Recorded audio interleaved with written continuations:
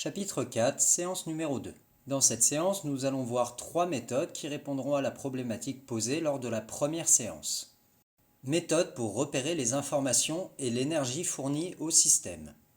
Quand un capteur est adapté à la grandeur physique à mesurer, comme le courant électrique, l'intensité lumineuse, une masse, il est possible de faire une mesure directe de sa valeur. Dans le cas contraire, le résultat peut être obtenu par mesure indirecte d'autres grandeurs.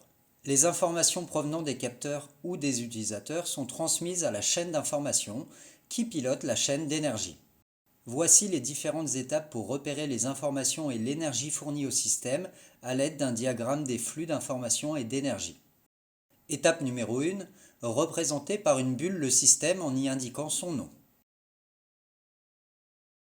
Étape numéro 2, lister dans une bulle les informations fournies au système par l'environnement. Étape numéro 3, indiquer dans une bulle l'énergie qui alimente notre système.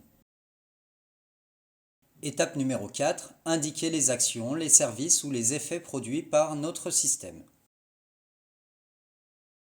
On dit que ce diagramme est une version simplifiée car il y a seulement marqué au milieu chaîne d'information et chaîne d'énergie.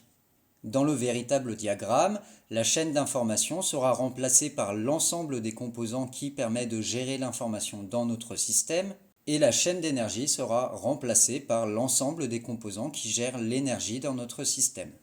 Méthode pour identifier la chaîne d'énergie. Plusieurs éléments gèrent l'énergie qui fait fonctionner un objet. Ils constituent la chaîne d'énergie. Cette chaîne d'énergie assure 4 fonctions. Première fonction, alimenter l'objet en énergie, avec des prises, des batteries, etc. Deuxième fonction, distribuer l'énergie pour la réguler, avec des interrupteurs, variateurs ou autres. Troisième fonction, convertir la forme de l'énergie.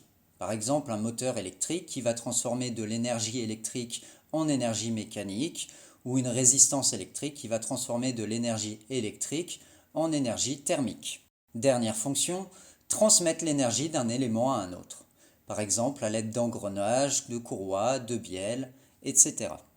Voici les différentes étapes permettant d'identifier et de compléter la chaîne d'énergie dans le diagramme des flux, ce dont je vous ai parlé en fin de méthode précédente. Étape numéro 1, indiquer dans une bulle l'énergie qui alimente le système.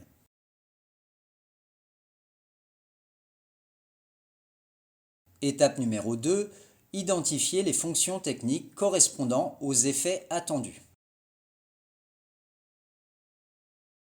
Étape numéro 3, associer à chaque fonction technique l'élément qui la compose. À droite sera complétées les actions de notre système qui correspondent à sa fonction principale. Méthode pour identifier et caractériser les matériaux. Un objet technique peut présenter des matériaux différents. L'observation et les tests permettent de repérer leur famille. Les matériaux usuels se regroupent en 3 familles. Les matériaux organiques, comme le bois, le caoutchouc, la laine, le cuir, le plastique. Les matériaux métalliques, aluminium, fer, cuivre, etc. Et les matériaux céramiques, comme le verre, la porcelaine, le grès, etc. Voici les différentes étapes qui vous permettront d'identifier et de caractériser des matériaux.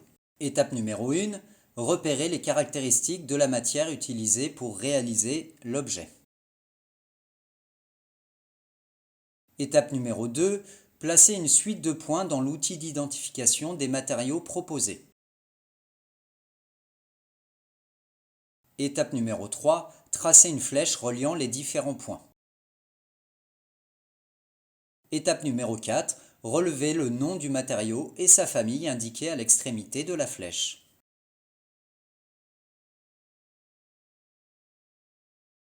Voici les différentes questions à répondre pour cette séance.